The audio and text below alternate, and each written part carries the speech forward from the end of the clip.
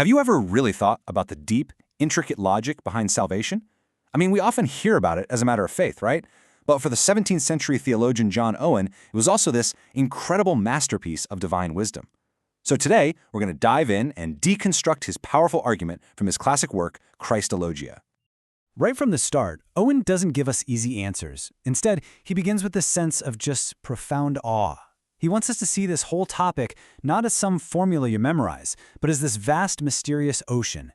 You and I, we can't possibly chart its depths, but we can stand on the shore and just be amazed by its majesty.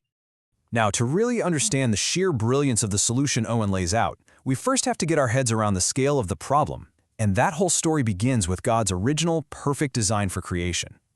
What's so cool is how Owen frames God's work. He says that everything God does externally flows from three of his attributes, all working in perfect harmony.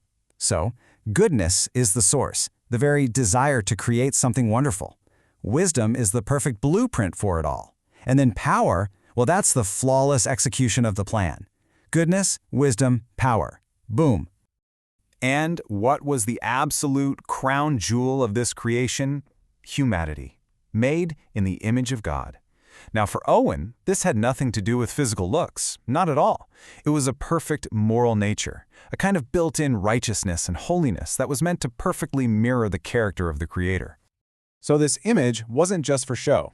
It had three massive jobs. First, it was supposed to be a living, breathing representation of God's moral character right here on earth. Second, it was meant to be the voice of all creation, gathering up all the praise and offering it back to God. And third, it was the very path for humanity to reach its ultimate goal, eternal joy with God, achieved through obedience. It was the whole point. So you've got this perfectly designed system, right? A creation just humming along in perfect harmony. But then, it happens. What Owen sees not as some small misstep, but as a universe-shattering catastrophe. The very first casualty of sin was the image of God in humanity. That perfect moral mirror reflecting God's holiness, it was voluntarily rejected and shattered. The second thing to go was order itself. You see, sin wasn't just breaking a rule. It was like throwing a wrench into the gears of the universe. It introduced chaos into the perfect government of God and destroyed the harmony between Creator and creation. And the conclusion from all this was just devastating. From any human perspective, it looked like God's entire purpose for the world, to be glorified by us and to bless us, was completely and utterly defeated. Game over. This catastrophe didn't just create a problem. It created what Owen lays out as a logically impossible problem. The damage wasn't just bad. From our point of view, it was total and irreversible. So the first question that pops in your head is probably, well, why not just say you're sorry and start obeying again? You know, can't we just fix what we broke? Owen's answer to that is a hard, unequivocal no. Then here's the reason why. Sin didn't just break the rules, it broke the rule keeper. It broke us.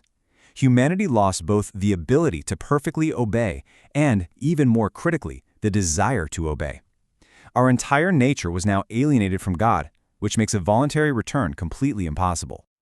Owen uses this brilliant analogy to explain it. He says, an old debt cannot be discharged with ready money for new commodities.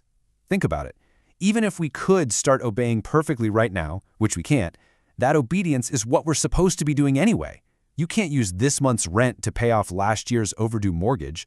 Past debts demand a separate payment.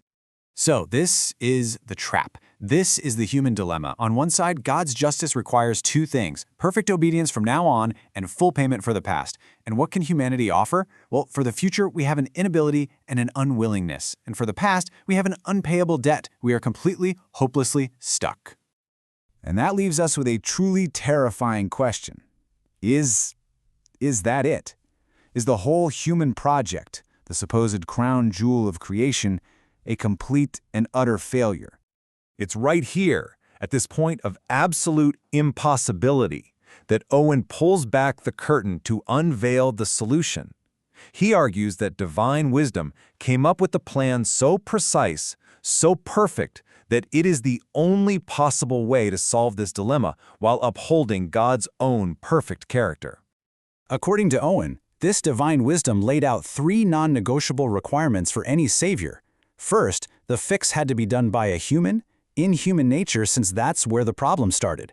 Second, this person had to come from us, be one of us, but somehow be completely free from the sin that infects all of us. And third, and this is a big one, this person had to be more than just a man. So why more than a man? Well, because the obedience of any created being is only enough for that being itself. Think about it. Even a perfect man would just be doing what he was supposed to do for himself. He wouldn't have any extra or surplus righteousness to give to anyone else. And this really shows you the staggering scale of the problem. The debt from the sins of all humanity is immeasurable. The payment that any one finite person could offer would be, well, it would be laughably small in comparison. To bridge that enormous gap, the payment itself had to have infinite value. And here it is. This is Owen's grand synthesis, where it all clicks. The God-man Jesus Christ is the perfect key for this impossibly complex lock. As a human, he can stand in our place. As a sinless human, he doesn't have any debt of his own to pay. And, crucially, as a divine person, his obedience and his suffering have the infinite value required to pay the debt for everyone else. It's a perfect fit. So, what does this all mean when you put the pieces together? You don't just get some kind of emergency rescue plan. No, you get what Owen saw as the ultimate expression of divine logic, a solution that is actually more glorious than the original perfect state. It's this perfect cosmic reversal, where the first Adam's disobedience in human nature brought dishonor, the second Adam's obedience in that very same human nature brought infinitely more honor. The very nature that was used to deface God's image became the canvas on which that image was perfected. And this right here is the stunning conclusion of Owen's logic. Salvation isn't just hitting a reset button, it's a massive upgrade. The plan of redemption displays all of God's attributes, his justice, his wisdom, his grace, in a way that brings incomparably more glory to him than if humanity had never fallen in the first place. So we're left with this final thought to chew on. What if we reframe how we see salvation? What if it's not merely a pardon for a crime, but is in fact the most brilliant, intricate, and glorious display of divine wisdom that the universe will ever see? According to John Owen, that's exactly what it is.